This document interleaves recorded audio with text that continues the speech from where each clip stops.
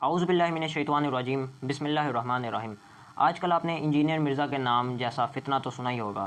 آج ہم دیکھیں گے کہ وہ کیسے لوگوں کو مینیپولیٹ کرتا ہے، کیسے وہ لوگوں کو بہکاتا ہے، اور جو دلیلیں پیش کرتا ہے کیا وہ اس کے موقف کے مطابق ہوتی ہیں، یا جو دوسرے مخالف جو اس کے جن کے مخالف وہ اپنی دلیلیں پیش کرتا ہے ان کے موقف کے مطابق ہوتی ہیں۔ لیکن ایز اے اسپیشی نبی الاسلام انسان ہے، انسان ہے۔ اس نے پہلے اپنا موقف پیش کیا کہ نبی کریم صلی اللہ علیہ وسلم انسان ہے، بشر ہے، تو اس پر تو ہمارا بھی اجماع اتفاق ہے کہ حضور صلی اللہ علیہ وسلم بشر بھی ہیں اور نور بھی ہیں، ہمارا یہ عقیدہ ہے۔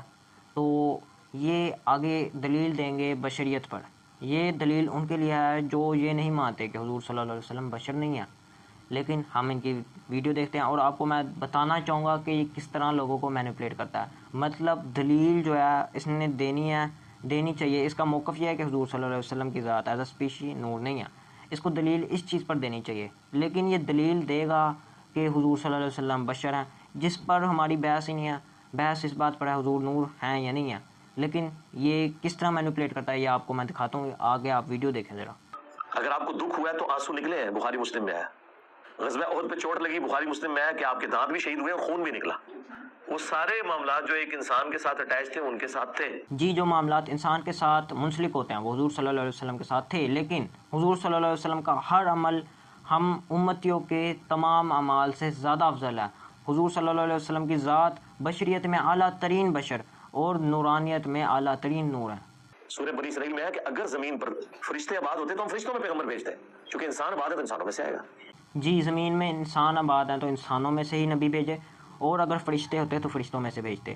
اللہ تعالیٰ نے اپنے حبیب کو جو حضور صلی اللہ علیہ وسلم نور ہے ان کو بشریت کی شکل میں بھیجا، اور یہ ہمارے لیے بہت فخر کی بات ہے کہ ہمارے درمیان حضور صلی اللہ علیہ وسلم جلوہ گر ہوئے، اور یہ سب سے بڑی ہمارے لیے اعزاز کی بات ہے کہ ہم ان کے امتی ہیں۔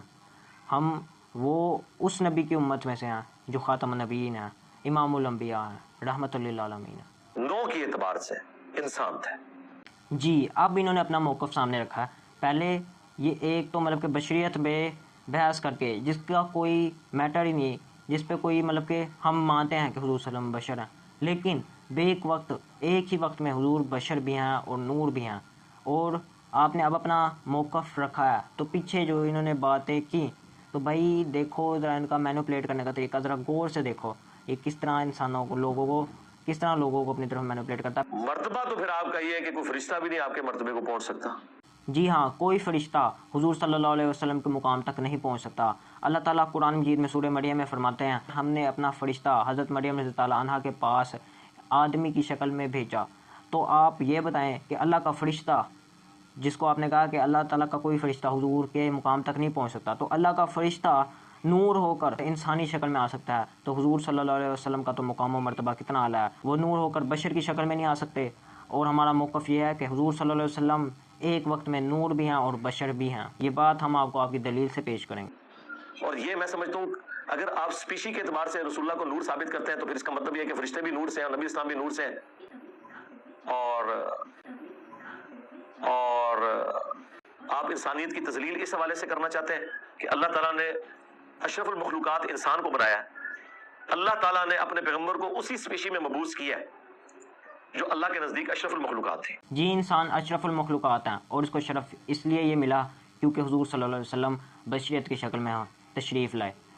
اگر ہمیں اشرف المخلوقات کا لقب ملا ہے تو یہ بھی ہمارے نبی کی وجہ سے ہے۔ رسول اللہ کا بشر ہونا نور ہونے سے بہتر ہے۔ حضور صلی اللہ علیہ وسلم کا بشر ہونا بشریت کے لیے اعلیٰ ہے، اور نور ہونا نورانی مخلوق کے لیے اعلیٰ ہے۔ کیونکہ اللہ کی کریشن کا کلائمیکس انسان ہے۔ اللہ کا خلیفہ فرشتہ نہیں ہے، انسان ہے، اور اللہ کے خلیفوں میں سب سے بڑا خلیفہ رسول اللہ کی مبارک ذات ہے صلی اللہ علیہ وآلہ وسلم۔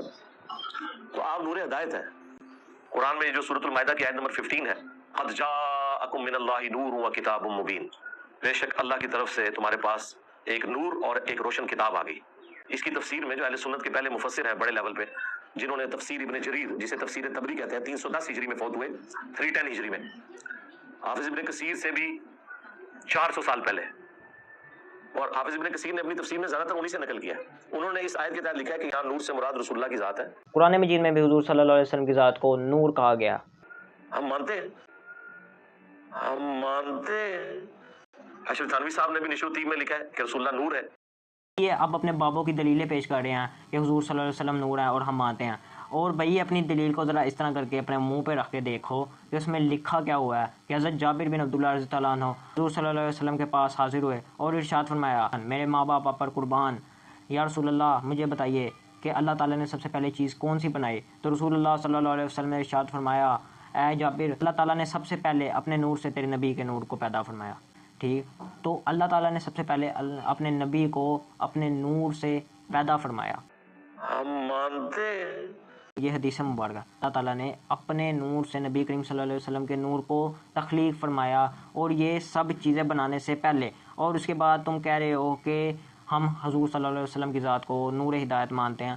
او بھائی اس ٹائم تو کوئی مخلوق ہی نہیں تھی، اس ٹائم نور ہدایت میں آیا تھا. حضور صلی اللہ علیہ وسلم نور ہدایت بھی ہیں اور جنسی نور بھی ہیں. اس حدیث پاک سے صاف ثابت ہوتا ہے کہ اللہ تعالیٰ نے اپنے نور سے نبی کریم صلی اللہ علیہ وسلم کا نور پیدا فرمایا. پھر آگے طویل حدیث ہے کہ اللہ تعالیٰ نے اس نور کے 4 حصے کیے. اس نور سے پھر عرش، کرسی اور تمام چیزیں بنائی، پھر لوح قلم بنائے، جنت بنائی، تمام ستارے بنائے، آسمان بنائے، زمین بنائی، ایسے 4 حصے کر کے تو آخر میں آدم علیہ السلام کی پیشانی میں حضور صلی اللہ علیہ وسلم کا نور چمکتا تھا. پھر اس طرح پشت در پشت یہ نور منتقل ہوتے ہوتے حضرت عبداللہ بن عبد المطلب رضی اللہ عنہ کی پشت مبارک میں آیا، اور وہاں سے پھر حضرت آمنہ رضی اللہ عنہ کی رحم میں، اور پھر حضور صلی اللہ علیہ وسلم کی جلوہ گری ہوئی. ہم مانتے نہیں، آپ کے ساتھ وہ سارے معاملات اٹیچ تھے جو انسانوں کے ساتھ اٹیچ ہے. بخاری مسلم میں حدیث ہے، نبی علیہ السلام اپنی 2 آنکھوں سے پشت کے پیچھے بھی دیکھ لیتے تھے. ہم تو یہ سامنے نہیں دور تک دیکھ سکتے، آپ کو پیچھے بھی نظر آتا تھا. نہیں، آپ کے ساتھ وہ سارے معاملات اٹیچ تھے جو انسانوں کے ساتھ اٹیچ ہے. یہ دیکھیں یہ کیسا انسان ہے کہ پہلے کہہ رہا ہے کہ آپ کے ساتھ وہ سارے معاملات اٹیچ تھے جو ایک انسان کے ساتھ ہے، پھر اس کے بعد حضور صلی اللہ علیہ وسلم کی حدیث مبارکہ سنا رہا ہے کہ حضور صلی اللہ علیہ وسلم آنکھوں سے پیچھے تک بھی دیکھ لیتے تھے. اور یہ حدیث پاک بیان کرنے کے بعد بھی تم یہ نہیں مانو گے کہ حضور کے پاس علم غیب تھا. مطلب یہ خود دلیل پیش کرنی ہے اور دلیل ہمارے حق میں ہوگی، لیکن وہ اپنی طرف سے کر کے پیش کر دینی ہے. اور اس بندے کا مینوپولیٹ کرنے کا انداز چیک کرو کہ پہلے بشریت پر اس نے مسئلہ چھیڑا جس کا کوئی مسئلہ نہیں، پھر اس کے بعد نورانیت پہ جو دلیل پیش کی وہ بھی ہمارے موقف کی تھی، اور اب یہ لوگوں کو مینوپولیٹ کر رہا ہے کہ حضور صلی اللہ علیہ وسلم حضور صلی اللہ علیہ وسلم کے ساتھ وہ سارے معاملات اٹیچ تھے جو انسان کے ساتھ ہیں. اس کے بعد یہ بتا رہا ہے کہ ایسا انسان کوئی کر ہی نہیں سکتا. تو بھائی اپنی بوتھی تے اپنی جوتی، مطلب یہ پہلے کہہ دینا کہ ایسے نہیں تھا، پھر بعد میں کہنا ایسے تھا، اور پھر اس کے بعد اینڈ میں نتیجہ نکالنا ہے کہ ایسے ہوتا ہی نہیں. واہ کیا بات. بخاری مسلم میں حدیث ہے، صلح حدیبیہ کے موقع پر جب پانی نہیں تھا، ایک پیالہ حضور کو دیا گیا، آپ نے اپنی مبارک انگلیاں اس میں داخل کی تو پانی کے چشمے پھوٹ پڑے اس میں سے. نہیں، آپ کے ساتھ وہ سارے معاملات اٹیچ تھے جو انسانوں کے ساتھ اٹیچ ہے. تو ظاہر ہے کہ ہم نبی علیہ السلام کو عام انسان تو نہیں مانتے، نعوذ باللہ. نہیں، آپ کے ساتھ وہ سارے معاملات اٹیچ تھے جو انسانوں کے ساتھ اٹیچ ہے. کیونکہ بخاری کے اندر موجود ہے، حضرت ام سلمہ کے پاس حضور کے چند بال تھے، جب ان کے محلے میں کوئی بیمار ہو جاتا وہ برتن میں پانی بھیجتا تو اس میں ڈبو دیتی تھی، اور وہ جب کوئی پیتا تھا اسے شفا ہو جاتی تھی. یہ حضور کا بال مبارک ہے، اور ایسا بال مبارک ہے جسم سے ٹوٹا ہوا ہے اور برکات بھی ختم ہو رہی. دیکھ رہے ہو جسم کا حصہ تو نہیں ہے، ٹوٹا ہوا الگ ہوا ہے. نہیں، آپ کے ساتھ وہ سارے معاملات اٹیچ تھے جو انسانوں کے ساتھ اٹیچ ہے.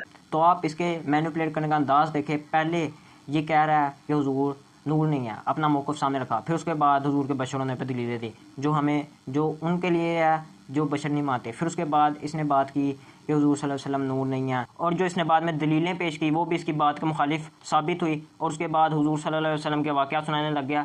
تو بھائی اس کے مینوپولیٹ کرنے کا انداز تو دیکھو، اور بعد میں لوگ آگے کہتے ہیں بھائی مرزا دلیلیں بڑی دیتا ہے، اور اس کی دلیلیں تو دیکھو اس کے موقف سے ملتی نہیں ہیں، اس کی باتوں سے ملتی نہیں ہیں، دلیلیں کچھ اور باتیں کچھ اور جو منافقوں اور کافروں کے لیے آیتیں نازل ہوتی ہیں وہ اولیاء کرام پر فٹ کرنے کی کوشش کرتا ہے. پہلے دیکھو تو صحیح، صم بکم عمی فہم لا یرجعون ہیں، پہلے خود قرآن سے آیت پیش کر دی قد جاءکم من اللہ نور و کتاب مبین، اور اس کے بعد حدیث پیش کر دی کہ حضور صلی اللہ علیہ وسلم کے پاس حضرت جابر رضی اللہ عنہ آئے اور انہوں نے پوچھا کہ کون سی چیز سب سے پہلے اللہ نے بنائی. انہوں نے ارشاد فرمایا کہ اللہ نے اپنے نور سے تیرے نبی کے نور کو پیدا فرمایا، اور اس کے بعد بات کر رہا ہے کہ حضور نور نہیں ہے. خود پہلے دلیلیں پیش کر رہا ہے اپنے وہ موقف کے خلاف، اور اس کے بعد کہہ رہا ہے جی ساڈا موقف صحیح ہے کہ حضور نور نہیں ہے.